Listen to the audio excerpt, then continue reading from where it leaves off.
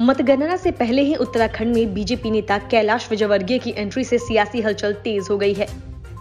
कैलाश विजयवर्गीय ने पहले पूर्व केंद्रीय मंत्री डॉक्टर रमेश पोखरियाल निशंक से उनके आवास पर मंत्रणा की। उसके बाद सुभाष रोड स्थित एक होटल में पार्टी के दिग्गज नेताओं के साथ मतगणना के बाद की स्थिति पर मंत्रणा की है। लेकिन इन सबके बीच बीजेपी विधायक महेंद्र भट्ट ने कांग्रेस से हड़कंप मचा दिया। उन्होंने साफ कहा कि कांग्रेस के कई जिताऊ उम्मीदवार बीजेपी के संपर्क में हैं। पार्टी सूत्रों के मुताबिक चुनाव मतगणना से पहले भाजपा केंद्रीय नेतृत्व ने कैलाश विजयवर्गीय को खास मिशन को अंजाम देने के लिए भेजा है। नतीजे तो 10 मार्च को ईवीएम से निकलेंगे। एग्जिट पोल से नतीजों का माहौल बनना शुरू हो गया है। भाजपा के बद्रीनाथ विधायक महेंद्र भट्ट ने सनसनीखेज दावा किया है कि कांग्रेस के कई जिताऊ प्रत्याशी पार्टी के संपर्क में हैं और जरूरत पड़ने पर इन सभी को भाजपा में लाया जाएगा। उनका यह दावा राजनीतिक रूप से बेहद बड़ा है। बड़ा इसलिए क्योंकि राज्य में कुछ ही दिनों बाद चुनावी परिणाम आने वाले हैं। ऐसे में अगर विधायक की बातों में जरा भी सच्चाई है तो कांग्रेस परेशानी में आ सकती है। दरअसल महेंद्र भट्ट ने कहा कि देश को कांग्रेस मुक्त बनाने की मुहिम भाजपा चला रही है। इस मुहिम में जो भी कांग्रेस के नेता जुड़ना चाहते हैं उनको जोड़ा जा रहा है। यही नहीं, सर्वे के आधार पर जो जीतने वाले प्रत्याशी हैं उनसे भी संपर्क किया जा रहा है ताकि बहुमत में आने वाली भाजपा सरकार को और भी ताकतवर बनाया जा सके।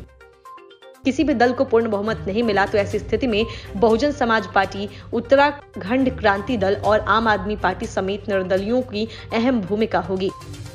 बहुजन समाज पार्टी के नेता लक्सर प्रत्याशी शहजाद ने कहा कि बसपा किसको समर्थन देगी यह बात बहन मायावती तय करेंगी। उन्होंने कहा कि वे बसपा के साथ रहेंगे और उन्होंने किसी पार्टी को ना तो कोई संपर्क किया है और ना ही वह बिकने वाले प्रत्याशी हैं।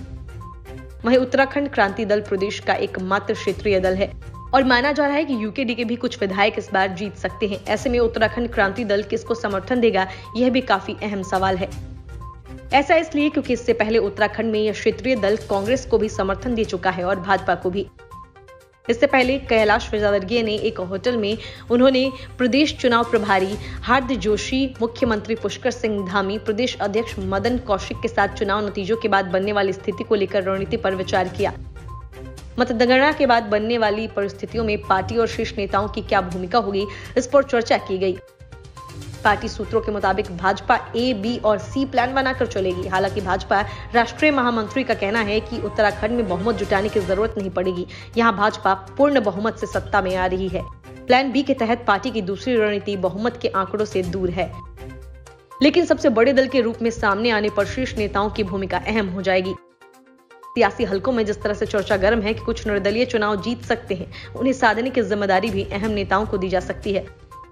प्लान सी के तहत यदि भाजपा और कांग्रेस के बीच सीटों का बंटवारा बराबरी का हुआ तो 1 या 2 सीट का ही अंतर रहा तो ऐसी स्थिति में भाजपा की क्या रणनीति होगी, इस पर भी दिग्गज नेताओं ने रणनीति बनाई है। Bureau report, news of India.